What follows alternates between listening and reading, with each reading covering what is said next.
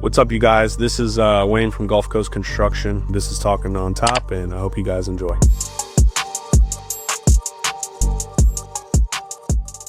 Just want to give a big shout out to Atlas, one of the main shingles that we sell out here in Texas as well as in Louisiana. They are such a huge help to our success as far as giving us a quality product every single time we put a shingle on a roof. We cannot thank our representatives as far as Renee Marks, Dan and Mark, and all the guys that we deal with when it comes to our services that they provide for us. So if you ever need a roof or you ever need a shingle put on anything in your life, make sure you go with Atlas. All right, man. We a team. Facts. You're a big part of the team. Sorta. No, man. But look, for real though, we talk about it all the time, being a team player, right? Not being selfish, being selfless. As far as being team-oriented, because it all stems back. We could talk about football right quick, right? It all stems back as far as, you know, when we evaluate ourselves, you talk about it too, being a vampire or being a nurse, right? Mm-hmm. So are you giving life to the program or are you taking life from the program?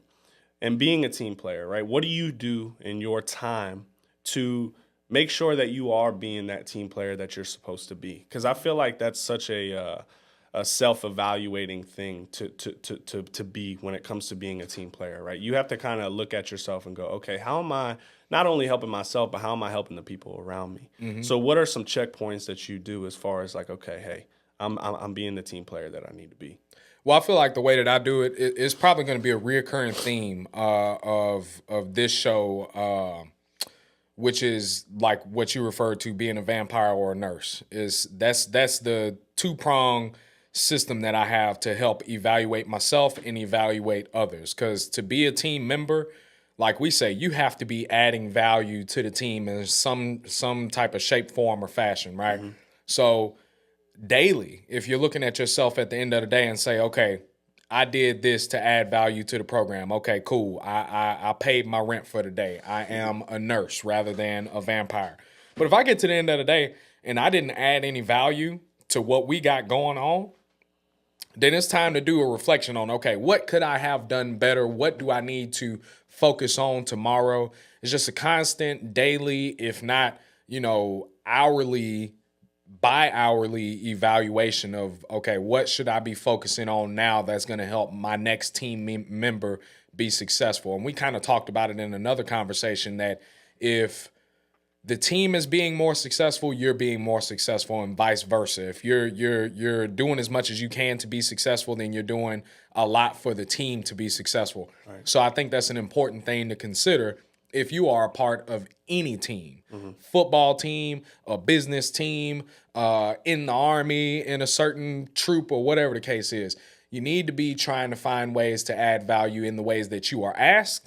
But then, if at all possible, in the ways that, nobody has asked you yet, but you see that there is a hole that needs to be filled. Yeah. So that's something that these days I'm trying to do more because, what I like to figure out early on is, okay, what are you asking me to do? Right. How can I get that done? Let me know how I can get that done and then do it. Right. And then in the midst, is there any more efficient way to actually get this done so I can make my job more efficient or pass it on to the next man that's going to help their job become more efficient? Yeah.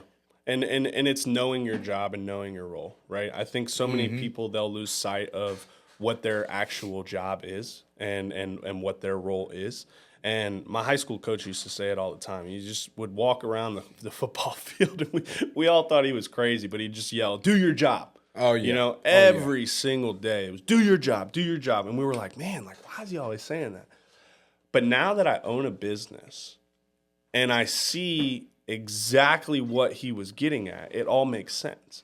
Because if you are doing your job and you're doing your job to the best of your ability, everything else takes care of itself. Right. And now nobody can come back to you and say, hey, you're not doing your part, because you are.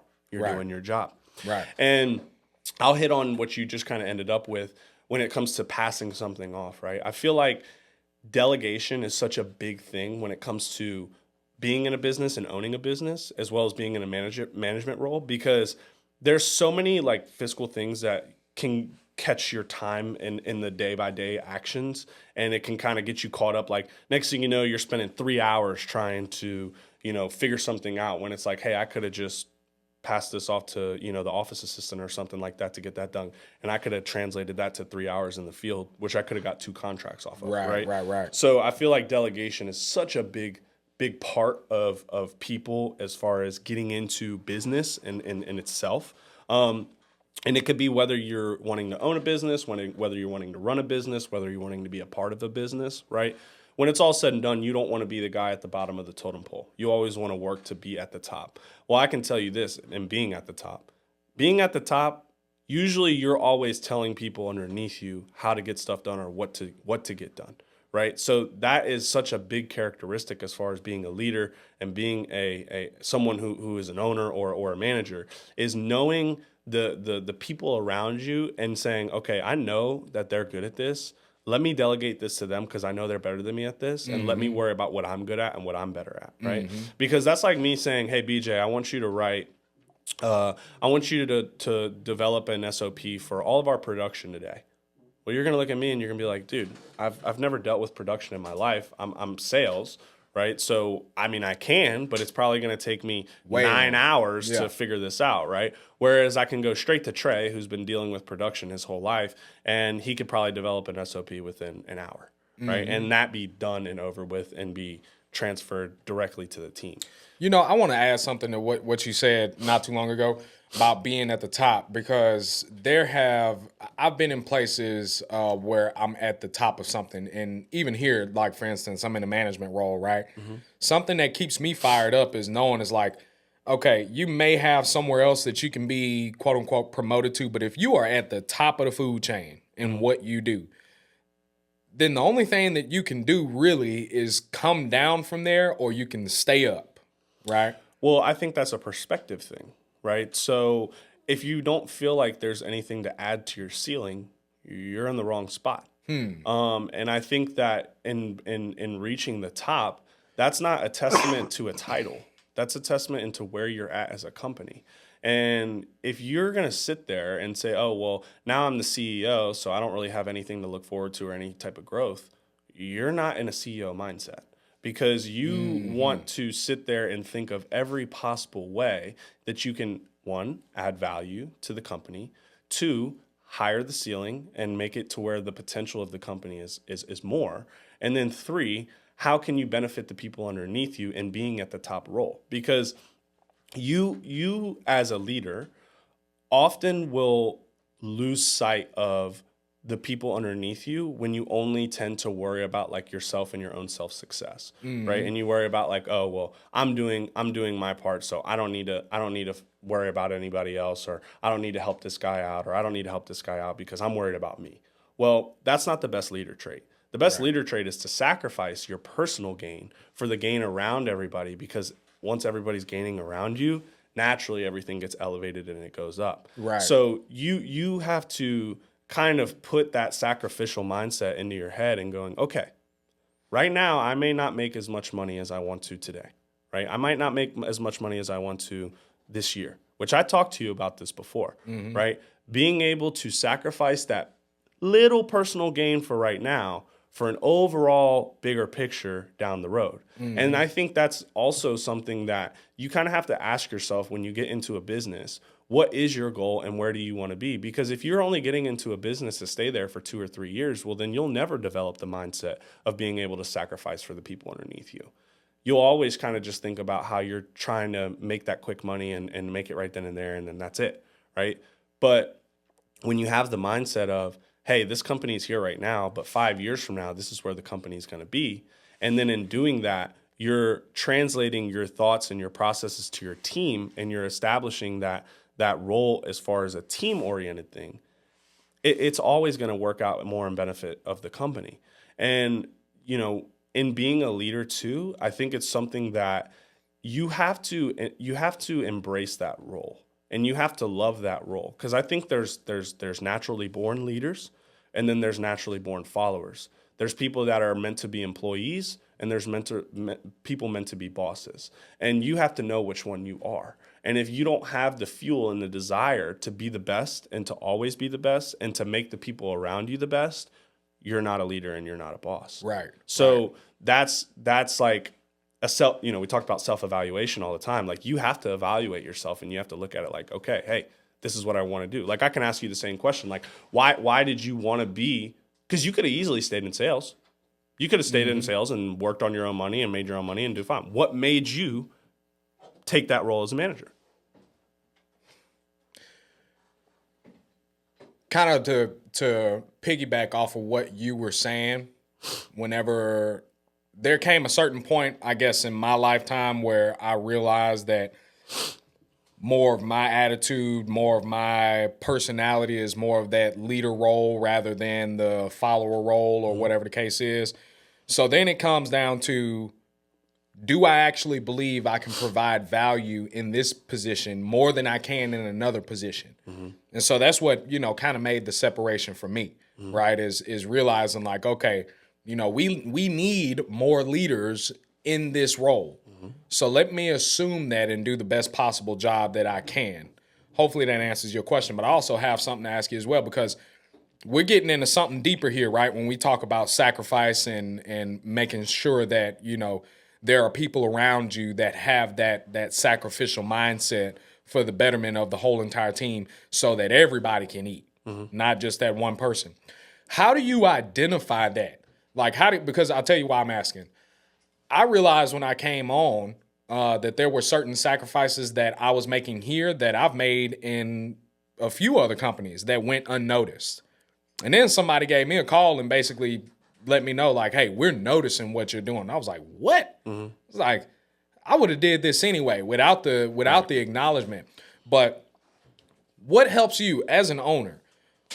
What are the earmarks that you look for somebody that shows that they have that mindset to sacrifice for the betterment of the company? What are some of those things that you try to notice in a person? So there's a couple of different things, right? One is the day-to-day application. Are they coming to work every single day to be better, to be great, to be the best version of themselves? That they're contributing to the greater cause of the success of the company, right? And doing everything that they can to be a part of that, right? I think, and Armand is actually a good testament to this, and I'll tell you why. Because when he first started out, you know how much money he made, right? He made a shit ton of money his first year. And we converted him into a management role out of the blue. We said, hey, this is what we want you to do. This is where we see that you can really thrive and grow. And the pay structure that we offered him was not near as healthy as what he was making as a 1099 salesman, right? But what we saw was the sacrificial characteristic of him going, whatever you guys need me to do, I'm willing to do.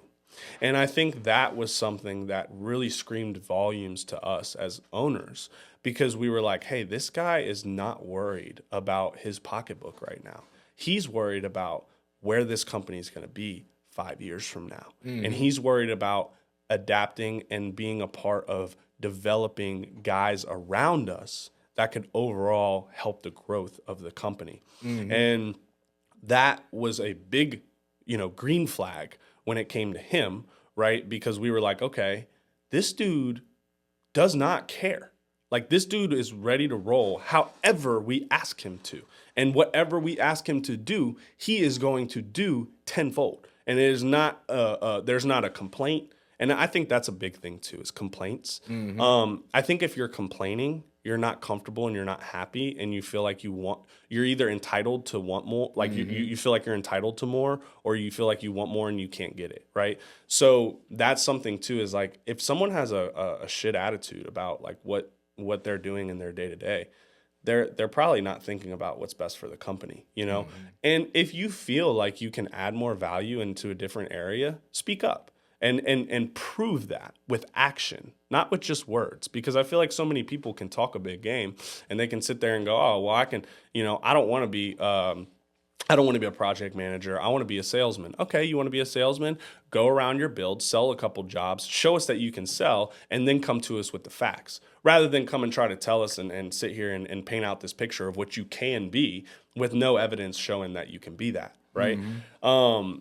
I identify a lot of that based off of the attitude and the body language and the motion that they have every single day, man. Right. And that's something too that I feel like people can get lost in the sauce and people can lose that day-to-day motion of what they're trying to do because they're thinking about what they think they can do, right? And thinking about like, oh, well, for example, how many roofing companies do you know about in Houston? 4,000 plus. Right. Yeah.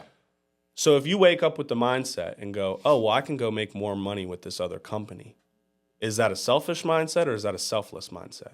That's a selfish mindset, right? Because it's like, if you think you can make more with that other company, what are you doing in this company to try to attain that before making that, predicated decision of, okay, hey, I'm going to go work for this other company.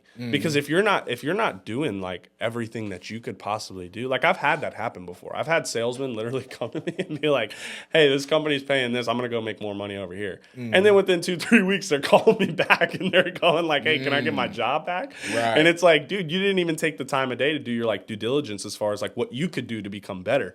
Because oftentimes that self-reflection in the mirror, it exposes a lot of the things that you're supposed to do and that you should be doing to make up that success. And I think that's like a big thing with salesmen specifically, because everybody will have a different offer. Everybody will have like a different pay structure. Everybody will have a different way. Like if someone comes in the door and I'm doing an interview, right?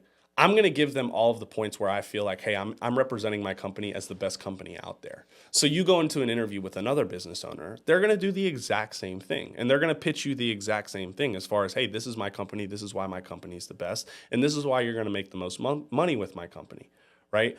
But then when it's all said and done, what do you go back to really lean on and go, okay, hey, this is what I'm doing to make the most money in this company? Because dude, you could call the company Gulf Coast Construction. You could call the company Texas Construction. You could call the company whatever you want. The name doesn't do anything. It's the work ethic that you put in with the company and the people around. We talk about team, right? Are those people around you in the same mindset, in the same mind frame, in the same goal as you and what you're doing? And if they're not, then yes, you probably do need to go to another company, right? But if they are, and it's something that's a disconnect between you and them, well, then that goes back to team and working together and figuring out how you can be a part of it, right? Because if you're not like knocking down all of the things that you can do to be great, which again, we talked about it earlier. If you're not looking at yourself and going, hey, what can I do to be the best? That is an identification to me as far as this guy is not being sacrificial, right? This guy is not being the best guy that he could be. You yourself, BJ Brooks, when you came in here, your energy and your motion and the way that you handled yourself, that was a testament to what you were wanting to build, not now, but 5 years from now. The words out of your mouth were, hey, I'm committed for 5 years, right? So me knowing that on the forefront, I already knew this guy's willing to sacrifice some stuff to make this thing work, right? You know what? It's crazy that you even say stuff like that, because the whole time you were speaking, I'm thinking about what has made this company so much different than any other company that I've worked for. And it is the attention to detail, such as things like that, right? So noticing that you have somebody that is willing to come in and do that, and then actually be willing to reward that, put your money where your mouth is, essentially, right? So that's something different that I've noticed, that I think if everybody's company was like that, then we probably just have a whole lot more money in America, period. You know what I mean? Like, it would be a much more sustainable economy everywhere. Exactly. Everybody's rich and so on and so forth. But the reality is not everybody's company is like that. Yeah. Right? Not a majority of companies are like dog eat dog, and I don't care whether you're getting it done or not. You know, I'm going to take my piece of the pie and then I'll leave you with crumbs. And so I think that's what separates the good companies from the very great companies, is those that appreciate the people that sacrifice most for them And then in turn will reward that sacrifice. And I'm a testament to that, right? Because I came in just like how you just said. Came in with that mindset. I say, I believe in the company. I believe in the industry. I'm doing whatever I need to do when I need to do it, how I need to do it, right? And then the very next thing I know, I was telling my wife, I was like, I think I'm doing pretty good. I may be field supervisor here sometime in like March of 2025 or something like that. And got promoted essentially within my second month. And so that's something that I have preached and testified to the other salesmen that are coming up and saying like, dude, you do the job, you get it done. This company is still a very young company. Right. We could all be 5 years from now. We still sitting, not in the same office, but working for the same company, but working this is a totally different lifestyle at that point. Right. Now, every Monday, instead of coming in and doing freaking meetings and stuff like that, we out on the golf course, that type of thing. Like I have this vision of us just, like. Amen, brother. And like I said, I mean, that is something where that is shown with action. Yeah. So many people try to lead their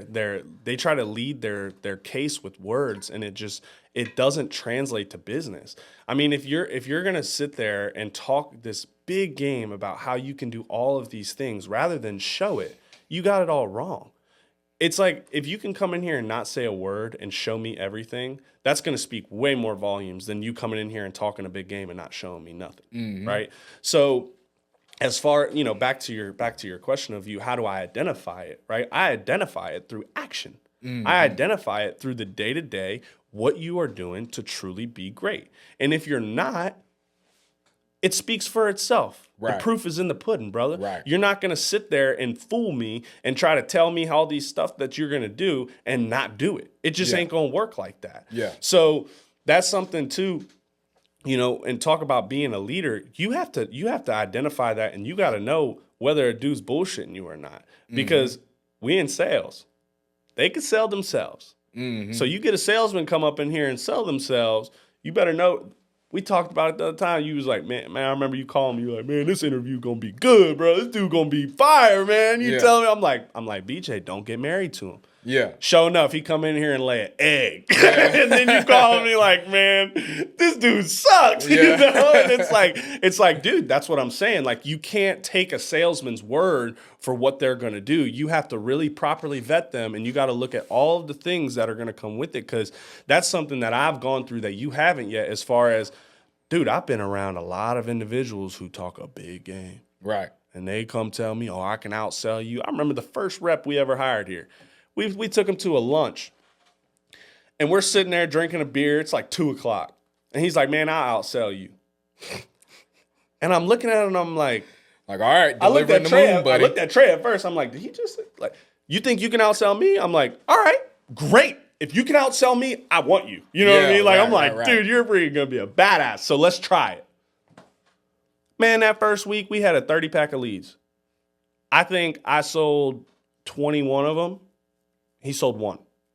So, and that was like, we got back to the office that next week, and I was like looking at him, I was like, hey man, I thought you could outsell me. Like what's going on? And he starts making all these excuses up.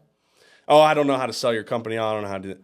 Okay, that's fine. Let's go another week. Let's see how you do. Well, sure enough, he botched the next week, right? Yeah. So for me, that let me know, hey, he talks a lot more than he could do. Yeah. Right? And with you, you didn't, you talked a lot when you first came in, but I talk a lot, period. But you did a lot in action that separated yourself to really put it into our perspective of like, hey, this dude can really make something happen.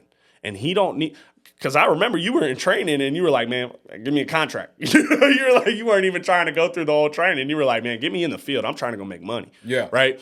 And that was like, okay, like, let's see what you can. And then you did it. And then it was like, wow, like this dude only had like 3-4 days of training. He out here already signing contracts up. That's impressive. That's crazy, because what you're pointing to right now is the difference between cockiness and confidence. Correct. Right. And I've learned this from Deion Sanders here lately, that cockiness is talking a big game and not actually playing the big game. Right. But confidence is, okay, if you talk a big game, you better be able to back that up with results. Correct. Right. So it's not even that I try or that I look for somebody that's trying to be confident. I'm not even worried about what you say. Right. Just like what you're saying.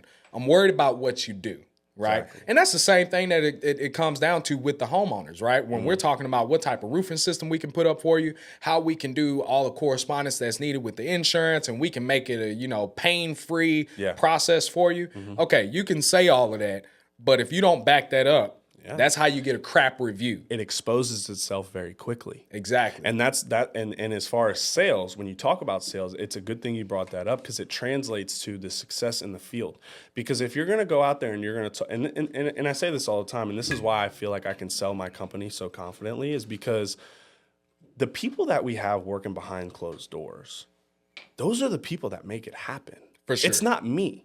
I'm just able to sell it in a very beneficial way because I know as soon as I walk out of that door with that agreement, they're going to be on the phone making it happen. And I have the confidence of my team and be able to translate that to that client. Right. And you're only as good as your team. That's what we opened this conversation about. And if your team is not where it's supposed to be and your product is not what it's supposed to be, you're not going to be, unless you're a con artist. I mean, if you're a con artist, then hey, bro, you got that. You got that. And that brings up my point. Shout out to Hannah Reed, Monty Dieter, okay, and freaking Atlas. Chris Bluin, Branson Schwabel. I mean, all those guys who are making it happen for us to where it's stuff Guys that and we gals. don't even think about, bro. It's material orders. It's phone calls. It's follow-ups. It's talking to this homeowner about this. I mean, there's just so much stuff every single day that we don't even realize that goes on. And all we have to do is go out there and make money.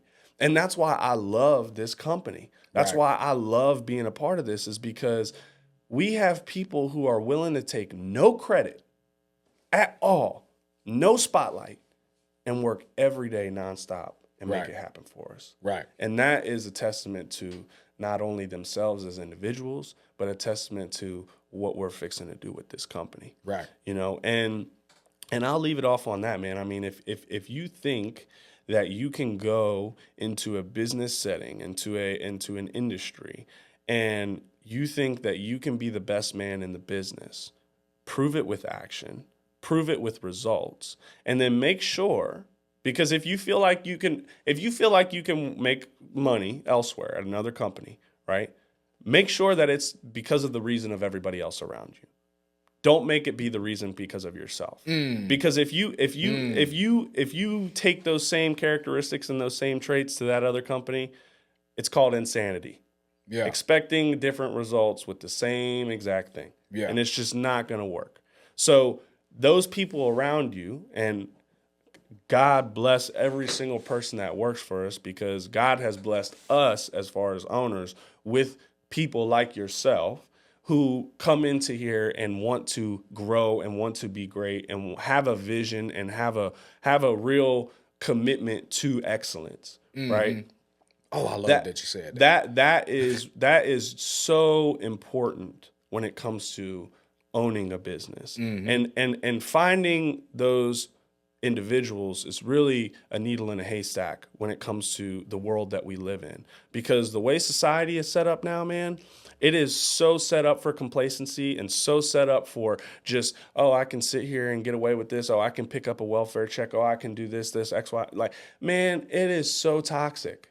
And the moment that you can, like I was saying earlier, separate yourself and truly be that best version of yourself, the rest comes with it. Yeah. And that is why I love you as a person, because love you too, bro. No, I really do, because you drive me to be great. And that's another thing, as far as being a leader and identifying, going back to that.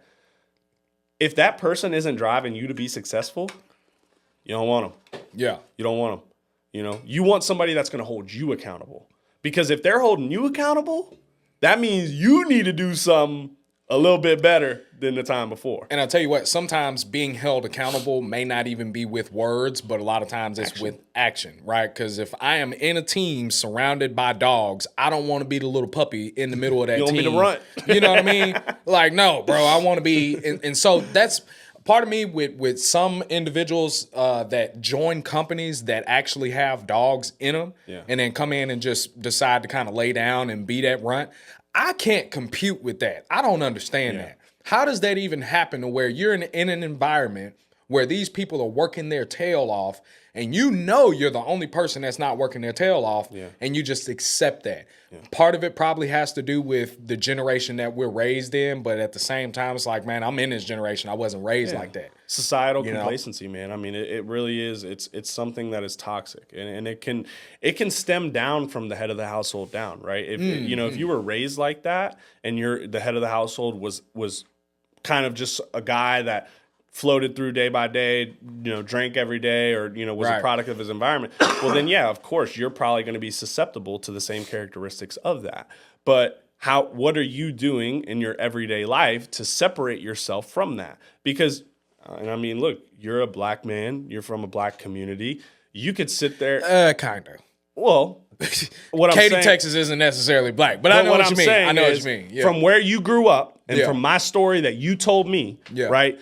You could have easily fell true to the product of your environment, right? And you could have easily took a different route, and you could have easily fell to what was easy in life, right? Because that is the easy choice. The easy choice is to walk in line with everybody else in that environment, right? But what you did was stand bigger for something greater, right? And what you did was, hey, I'm not going to be that guy at the head of my household. I'm going to be a prime example of what it takes to be successful, and that's something that you have to do yourself as an individual internally with not only yourself, but your relationship with God and the relationship with the people that you have around you.